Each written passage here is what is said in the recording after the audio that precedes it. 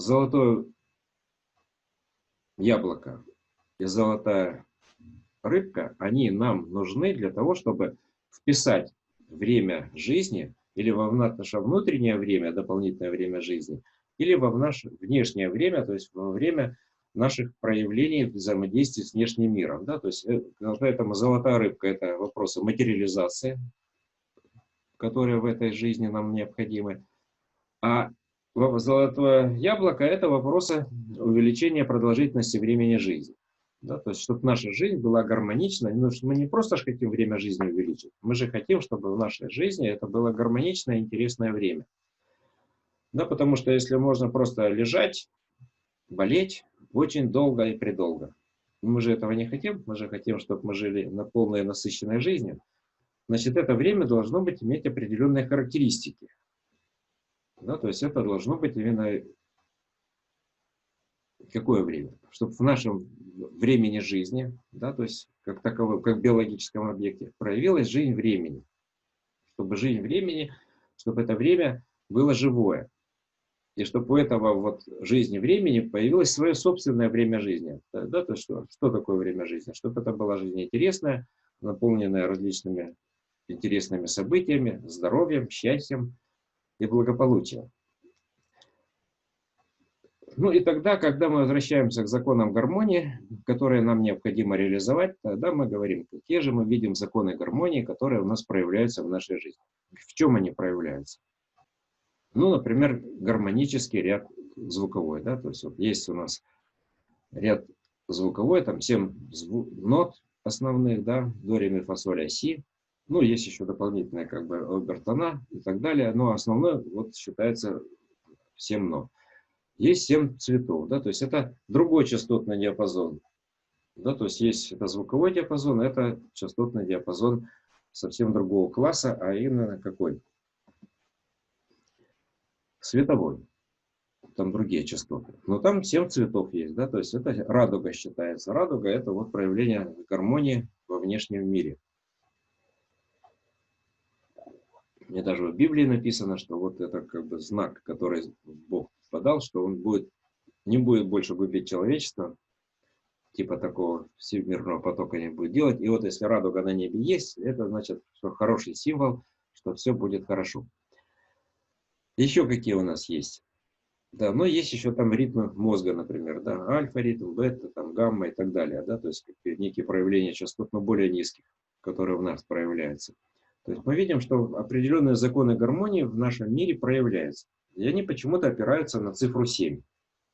Да, то есть, поэтому, если мы хотим проявить эти гармонии в нашей реальности, мы должны тогда брать структуру, в которой есть 7 базовых элементов. Ну, во-первых, мы тогда выходим за пределы нашего материального мира, потому что у нас на основе материального мира там профессор Владимиров доказал, что достаточно структуру 6 на 6, да, то есть 6 элементов из 6 элементов, с тем, чтобы проявить все материальные процессы, которые есть.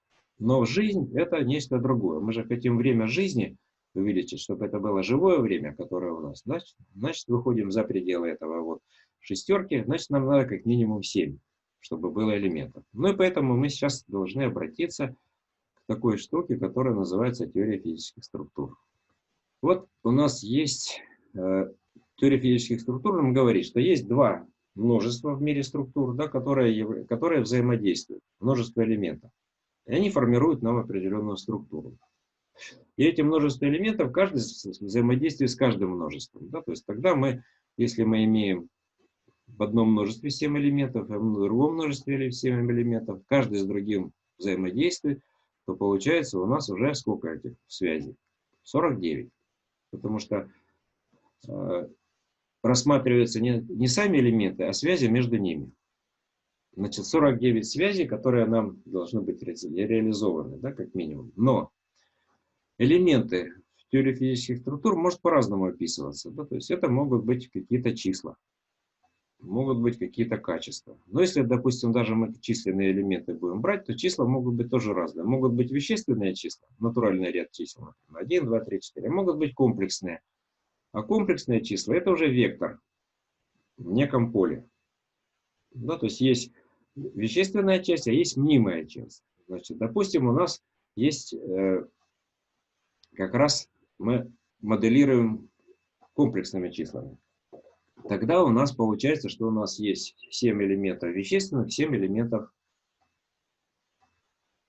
мнимых. У одного множества есть 7 элементов вещественных, 7 элементов мнимых, у другого множества. Соответственно, если мы рассмотрим матрицу, которая лежит в основе этого, да, то есть мы получаем некую матрицу, которая будет равна нулю. И каждый элемент этого множества и представляет собой вот этот элемент, из которого все это формируется. Ну, значит, в данном случае мы должны получить матрицу 7 на 7. Но если мы имеем в виду еще вещественные и мнимые компоненты, у нас получается таких 4 матрицы. Да, то есть вещественное с вещественным, вещественное одного множества, комплекс, ну, с мнимыми элементами другого множества, опять же, комплексные элементы одного множества с вещественными другого множества сочетания, и комплексное одного и комплексное другого с... Получается 4 варианта соотношений. Ух ты. Значит, тогда... Что нам надо? Да, то есть такая инверсия произошла, своеобразная. Ну что ж, давайте посчитаем, сколько же у нас получается всего элементов. Ну, у нас каждая точка, как бы вот эта, она на самом деле на плоскости отображена, а не в пространстве. Да? То есть не является точкой как таковой, а это вектор фактически. И поэтому у нее есть мнимая вещественная часть. Если мы имеем как бы фактически не 7 элементов, да, то есть и 7 в одном множестве, да, то есть, но есть вещественная часть, есть мнимая, ну, комплексная, да, то есть, как бы, получается у нас сочетание в одном множестве, вот, если мы посмотрим вот эту картинку, да, то есть у нас есть связи. Вот каждый элемент одного множества связан с элементами другого множества, да, то есть, и вот здесь мы то же самое имеем. Этот элемент с каждым множеством этого. Поэтому здесь мы, если мы имеем в виду, что у нас есть таких 7 и 7, то по связи получаем 49. Да, то есть на каждой из 4 вот этих вот компонентов. 4 раза по 49 у нас сколько получится? Получится 196. И если еще взять некое множество, которое будет общим, вот видите, как руками развел, и опять мы все поменялось. Как у нас все легко изменить? То получается у нас, что у нас 197 элементов в конечном итоге. Да, то есть, но 197 это атом на вес золота на самом деле. Поэтому если мы берем гармонический ряд как основу структуры, да, то есть, то мы получаем, опять же, в качестве основы, в качестве базиса, приходим к золоту, в структуре его. То есть, поэтому золото, у него очень интересная структура с этой точки зрения. Да? То есть это отображение неких гармонических рядов, которые проявляются в нашем мире. И поэтому люди, которые, в общем-то, так почему-то тянутся к этому металлу, на самом деле они тянутся вот к той структуре, которая за этим стоит. Но структура же может быть и не вещественная. Да? То есть она может быть там плазменная, например, структура. А не, то есть отображать то же самое. То есть теория физических структур нам говорит, что одна и та же структура может отображаться в разных сторонах. То есть не обязательно совсем быть стороной одного явления. То есть явления разные, а структуры проявляются одни и те же. Поэтому мы говорим, вот мы можем в качестве имитационной модели взять структуру атома золота, да, то есть вот эти вот множества из 197 элементов, и смоделировать некие отношения с миром. Поэтому вот эта структура, эти структуры были использованы при моделировании вот этих вот карточек. Карточки, которая у нас называется золотое яблоко, и карточки, которая называется золотая рыбка. Для чего? Для того, чтобы можно было время жизни, которое мы можем сформировать, а у каждого человека есть качество создания нового времени жизни через творчество, то тогда эти структуры позволяют нам вот это новое время жизни вписывать в то время жизни, которое у нас есть, и не ломать при этом ничего. То есть создание дополнительного времени жизни без того, чтобы отменять какое-то другое время жизни. Поэтому, когда мы используем, вот, допустим, карточку «Золотое яблоко», то мы можем настроить себя на какую структуру? На структуру, которая находится за пределами нашего материального мира. Ведь в нашем материальном мире какие мы видим проявления каких структур? Вещественных, да, то есть они из разных состоят. Но это, то есть могут быть вещества, да, может быть поле, может быть информация. То есть, но это все проявление нашего вот этого материального мира. Это разные виды проявления материи. А вот та структура, о которой мы говорим, она лежит как бы вот за пределами нашей реальности. Но проявляется у нас тоже, вот, например, в структуре атома золота может проявиться. Да? А может еще в виде каких-то других процессов, но с этим связано. Поэтому атом золота у нас в качестве, ну, как бы используется в качестве такого эталона проявления этих структур. Но опять же эталона структурного, а не вещественного. Поэтому через эти карты мы можем настраиваться на вот эту структуру, да, то есть и ее привлекать в собственную жизнь. Но эти же структуры за пределами. Поэтому на самом деле в сказках вот эти золотые яблоки, там, где они находятся? Они находятся где-то в другой реальности. Потому что Геракл, когда пошел их искать, ему там дали задание, он шел и не дошел. Он дошел до края мира, а туда не мог пойти сам. Да? То есть для этого в Атлант сходил туда за край мира, в сад Гесперид. А кто такие Геспериды? Ну, это потомки Геспероса. А Гесперос это на самом деле одно из названий Венеры. Поэтому это тоже, как бы, Венерин дочки, это проявление некой любви, которая вот формировала для нашего мира вот такие эталоны молодости и красоты. То же касается золотой рыбки. Да? То есть, если мы говорим о материализации объектов в нашем мире, то тогда нам надо как-то их проявлять. Но давайте вот мы вернемся к описанию золотого яблока. Яблоко. Вот у нас есть золотое яблоко как некий устройство, да? То есть устройство, имеющее определенную структуру. И важно, что мы через эту структуру можем выйти за пределы реальности, настроиться на структуру чего-то, что находится недоступно в этой реальности. Да, то есть вот золотое яблоко, например. И мы можем к этому золотому яблоку обратиться вот к такому эксперименту. Ну, с черешней. Кстати, могут те, у кого есть структура, сейчас его повторить, как раз черешня пошла. Достаточно быстро он делается. Просто что взяли? Взяли две тарелочки, положили черешню одну на другую, совершенно одинаковые, да, то есть и разнесли их там где-то метра на 2. Под одну из тарелочек положили вот эту структуру золотого яблока.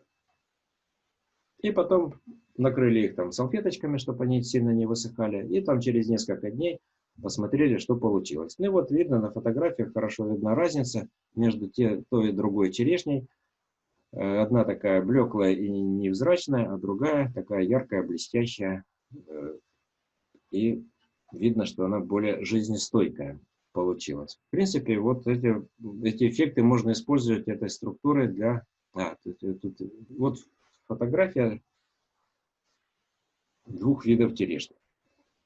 До яблока, вернее, как бы одна без яблока была, вот которая у нас слева, а та, которая была с яблоком золотым, с этой структурой, она вот другая. То есть видно, что она работает, поэтому можно эту структуру использовать. Как ее использовать? То есть берете яблоко и настраиваетесь на то, чтобы начинаете наблюдать. Подкладываете под него структуру золотого яблока и смотрите за этим яблоком. Начинаете наблюдать, как оно меняется. То есть, ну, это опять же надо немного фантазии, с одной стороны, если у кого, кто не видит, да, то есть этих процессов. То есть яблоко начинает наполняться такой золотой плазмой, и когда постепенно этот процесс идет, вы через некоторое время можете его съесть и эту плазму ввести в себя. Можно, конечно, с собой носить, но все равно надо себя настраивать. Мы сейчас вот сегодня займемся тем, что попробуем понастраиваться на эту структуру и с ней повзаимодействовать. Я так чувствую, что мы не успеем сегодня с двумя структурами поработать, поэтому у меня есть предложение завтра продолжить.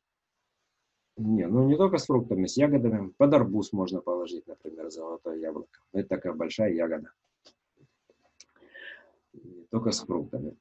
То есть можно и с собой, то есть можно носить ее с собой, но опять же имеется в виду, что здесь нужна настройка. То есть просто так носить, она работает, то есть она, видим, эффект есть, то есть, да, то есть, но когда мы начинаем с этими карточками работать как с усилителями, да, то есть как с некими инструментами, то есть мы можем эффекты увеличить во много раз. Да можно и капусту, все что угодно, можно заполнять золотой плазмой, а потом ее вводить в себя. Здесь просто мы можем вынести этот процесс и понаблюдать за ним, да, то есть как он ведет, тем более вот у англичан такая фраза «яблоко в день и не нужно докторов», ну, условно переводится. Apple a day and doctor away. Как настраиваться, да, что надо делать. Сейчас это мы попробуем позаниматься. Ну, несколько слов про, как бы, опять же, мы все про золото, про золотую рыбку. На нее тоже надо настраиваться, но как бы давать ей возможность выполнять, реализовывать вот эти наши ожидания и давать время для реализации этих ожиданий. Но почему? Потому что мы говорим о согласовании времен. Ну, допустим, простой процесс. Я часто этот пример привожу. Вам надо пойти в магазин и купить, например, костюм.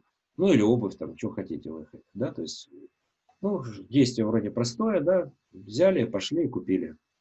Но вы приходите в магазин, а там этого нет. Вы идете в другой магазин, там этого тоже нет. Третий магазин, там тоже нет. Ходите и не находите того, чего вам надо.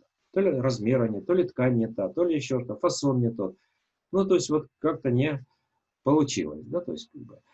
А вот чтобы получилось, да, то есть, что должно произойти при этом? Ведь чтобы вот вы пришли, и в этот момент там оказался нужный костюм, тот, который вот нужной ткани, все, да, значит, где-то в прошлом, да, должны были сделать эту ткань. Где-то в прошлом должны были создать условия для того, чтобы там фабрику построить по пошиву, да, то есть создать проект этого костюма и так далее. То есть очень много всяких событий должно в прошлом было произойти, чтобы вот это простое действие, вы пришли в магазин и купили то, что вам нужно, оно свершилось. То есть согласоваться должно очень много разных процессов. Да? То есть, причем в прошлом, во времени должны согласоваться. Потому что если вы пришли в магазин, а только в это время начали строить фабрику по пошиву костюма, ну как бы это вам придется очень долго ждать. Но ведь и вам же надо тоже проявить свое экспертное качество и прийти вовремя в этот магазин. Потому что если вы вовремя не придете, их возьмут и распродадут, эти костюмы. И вы придете, но на следующий день их уже нет. Они были. Он скажет, да, вот все только что было, вот следующую партию неизвестно, когда привезем. Поэтому тут сочетание экспертных и операторных качеств. То есть вот эти карточки, они помогают операторно взаимодействовать с реальностью, настраиваясь на них с тем, чтобы реальность начала меняться под ваше желание. Или это продолжительность увеличения времени жизни, или это вот получение какого-то результата. Но эта реальность не обязательно, она мгновенно может измениться, потому что насколько вы операторно можете. Ну, в принципе, есть люди, которые очень быстро могут поменять реальность под свое желание. Вот поэтому вот эти карточки, золотое яблоко и золотая рыбка, они такие своеобразные усилители. Усилители, которые вас могут вот эти качества формирования нового времени жизни усилить. И вы сформируете то время жизни, которое вам надо. Ну, вот пример. У нас есть один товарищ, например, в Санкт-Петербурге, который занимается хранением овощей. Вот. Ну, с ним как раз это его была идея, вот сделать структуру для улучшения хранения овощей, как бы оттуда вот родилась структура золотого яблока. Мы с ним долго работали, и в конце концов эту структуру отработали, сделали. Вот. Но у него была, например, задача построить склад. То есть новый склад с определенными характеристиками, подъездным путям, к площадям, там, ну, то есть множество как бы, там, характеристик должно было быть вот определенное быть сделано. И начали прорабатывать проект, надо вот этот вот склад, чтобы был вот такой, то есть стали считать, когда расходы, оказалось, что ну, где-то лет 10-15 надо на то, чтобы потом он окупился, этот склад, когда они его построят. Как результат, значит, дело застопорилось, потому что надо было большие ресурсы где-то найти, кредиты там и прочее и так далее. То есть, и тут бухгалтер ему говорит, а если в аренду? Он говорит, да ты что, ну где мы возьмем в аренду? То есть это они целый год прорабатывали там этот вопрос, как и никак не могли вот решить, как же им вот этот склад получить. Где же мы такими параметрами чего-то найдем?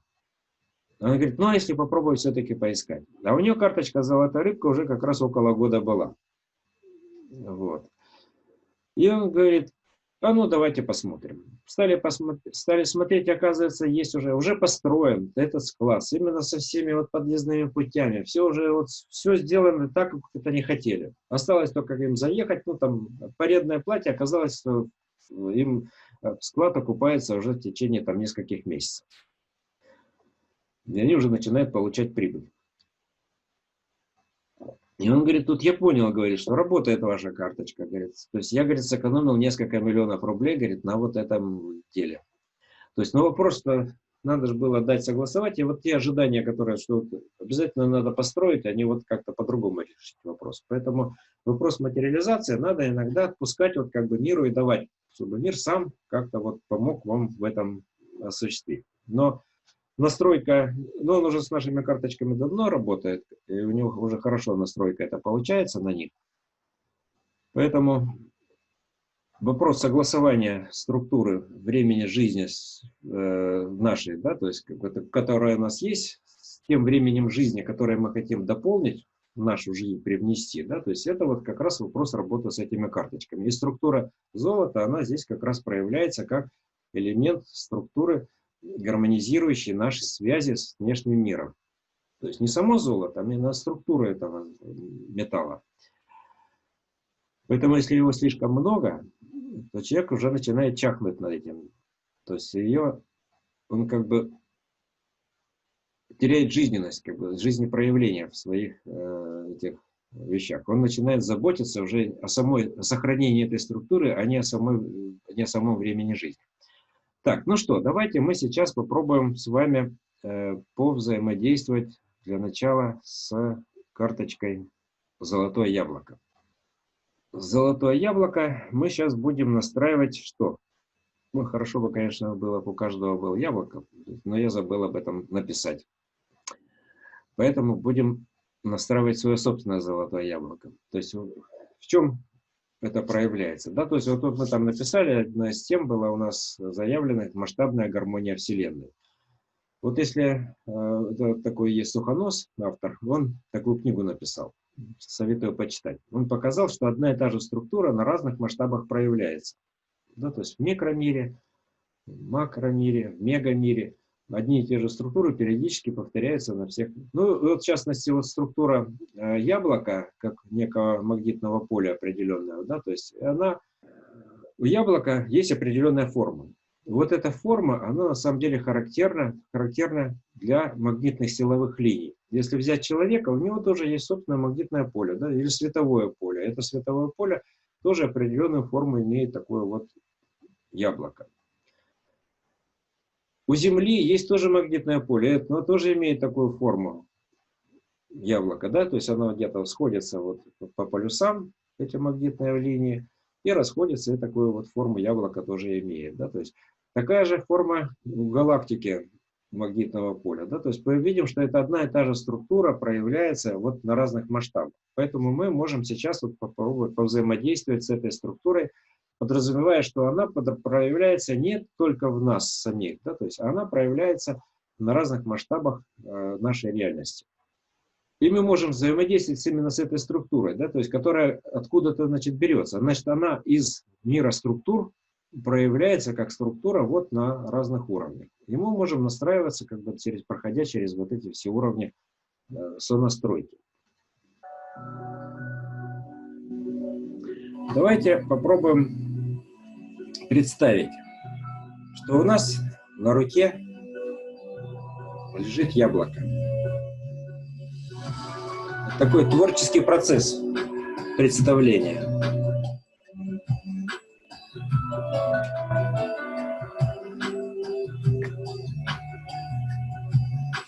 Представьте, какой он имеет форму, какой цвет,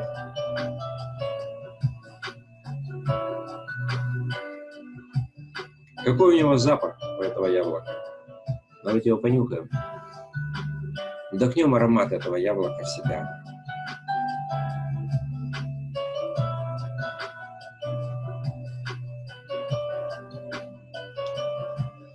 И теперь попробуем настроиться на структуру золотого яблока, которая у нас идет через наш экран. Потому что она подключена к этому каналу зума. И вы все можете ее ощутить, как некий поток. Поток золотой плазмы.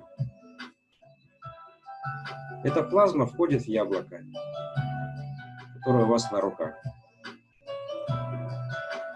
И оно начинает светиться.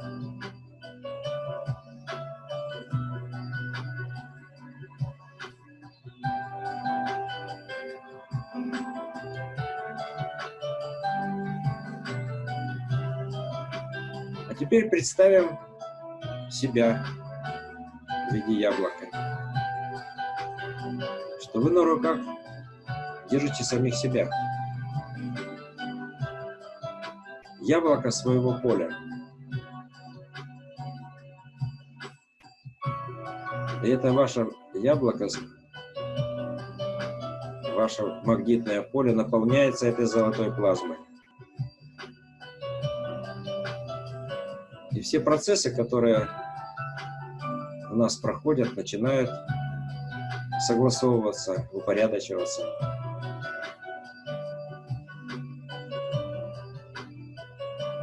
И отстраиваться.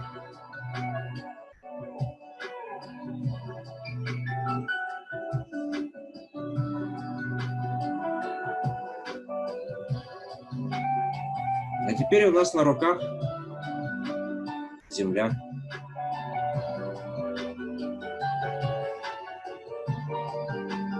И мы землю наполняем этим золотым светом.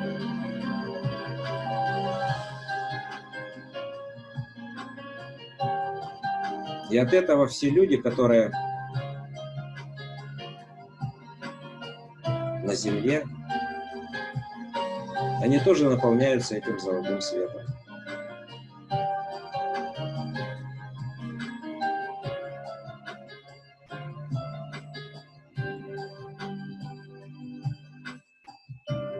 Вот такие искорки золотого света на всей земле вспыхивают.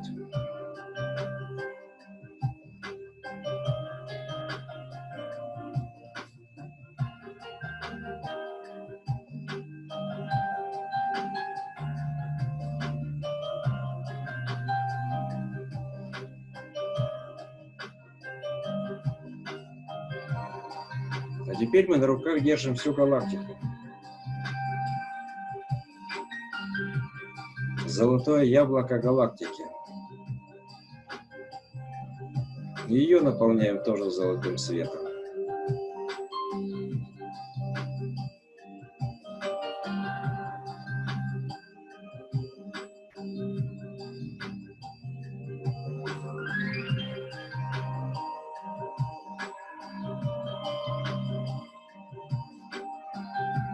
И все цивилизации, которые есть в этой галактике, они тоже подсвечиваются этим светом. И между ними налаживаются связи, золотые связи, дружелюбие,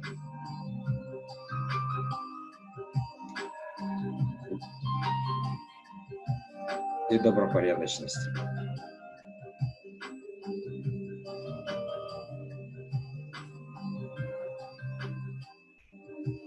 А теперь мы на руках держим клетку. Мы изменили масштаб.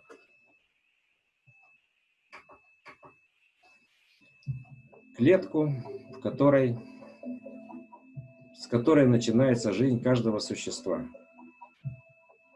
живого.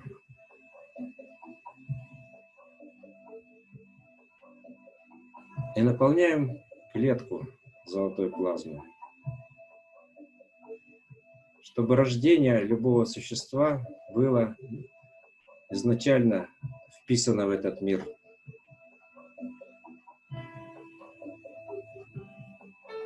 Гармонично и целесообразно.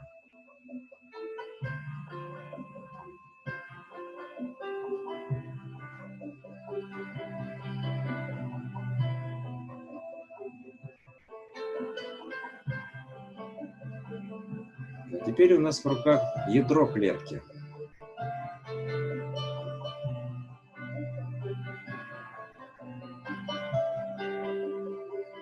Которая тоже является антенной, связывающей каждое живое существо со всем миром. И это ядро тоже наполняется золотой плазмой живого времени.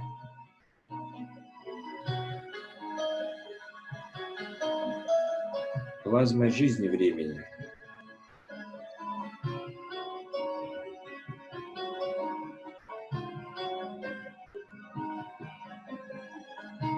Восстанавливая все поврежденные связи в прошлом, настоящем и будущем.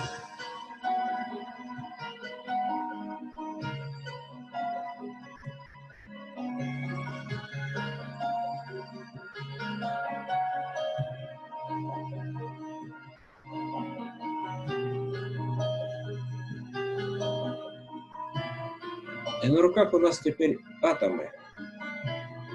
Первые элементы. Водород, кислород, углерод, азот. То, из чего мы все состоим.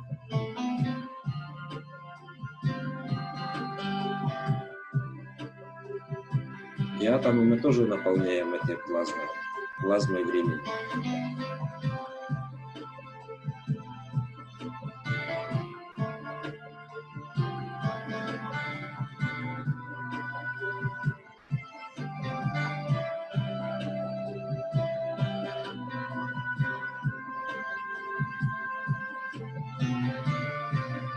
И все эти атомы, они входят в состав всех живых существ, всех планет, всех звезд, всех галактик.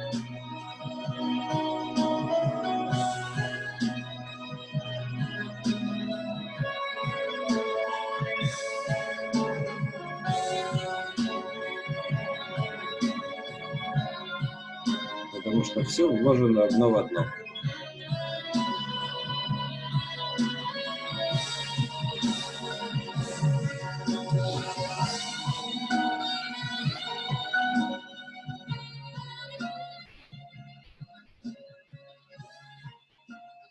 Ну вот, немножко тут посоздавали плазмы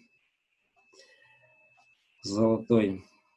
Дело в том, что есть много разных теорий старения,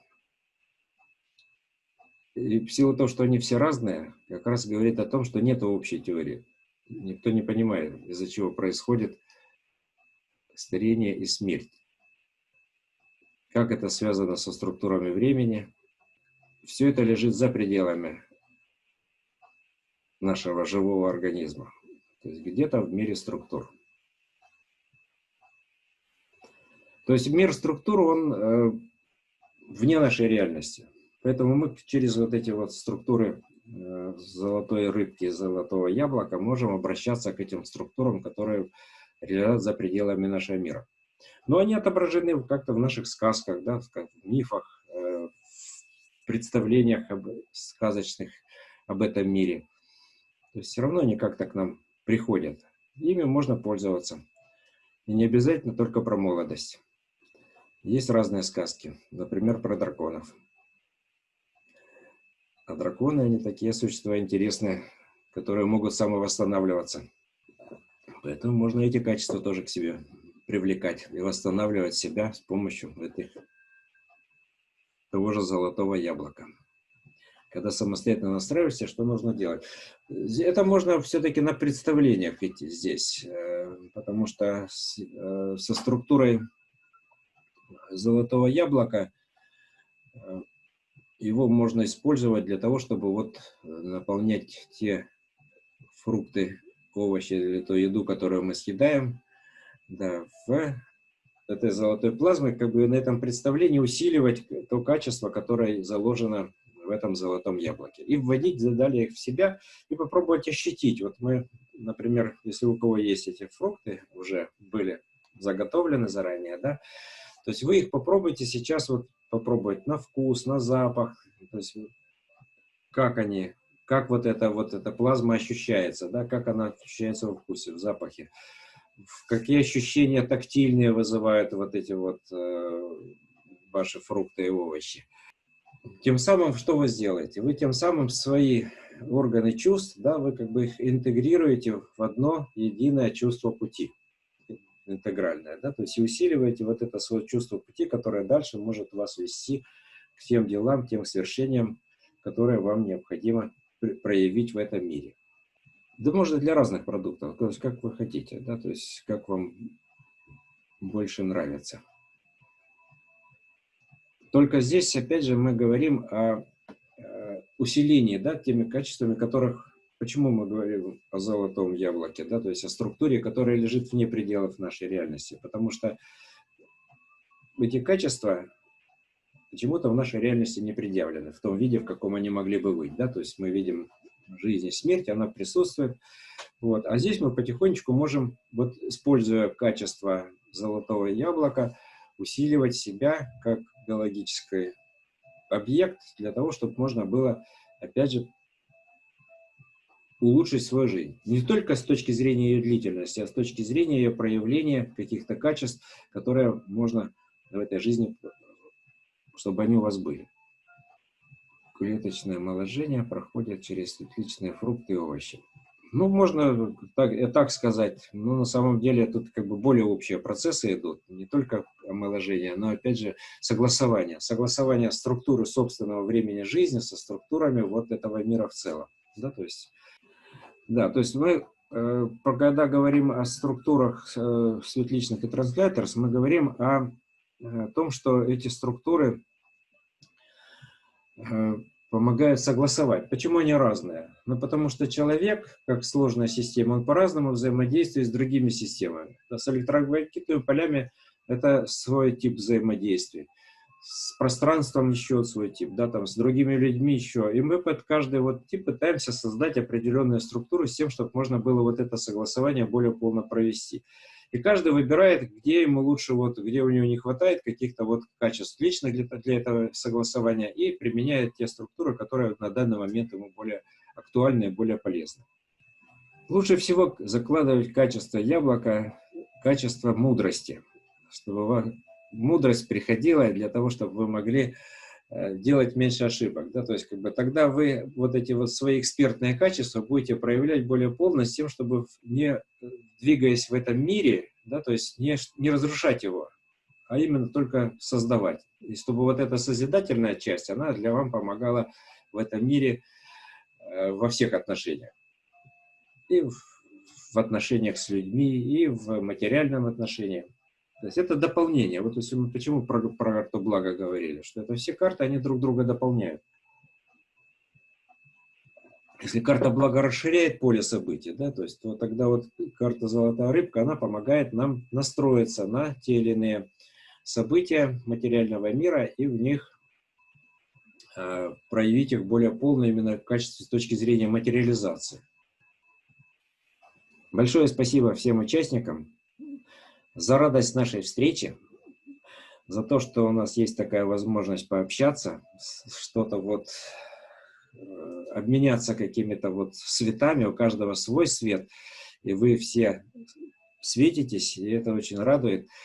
И вот такой обмен цветами, я думаю, очень полезен нам всем, потому что мы в это время, может быть, что-то интересное при этом создаем. Ну что ж, большое спасибо.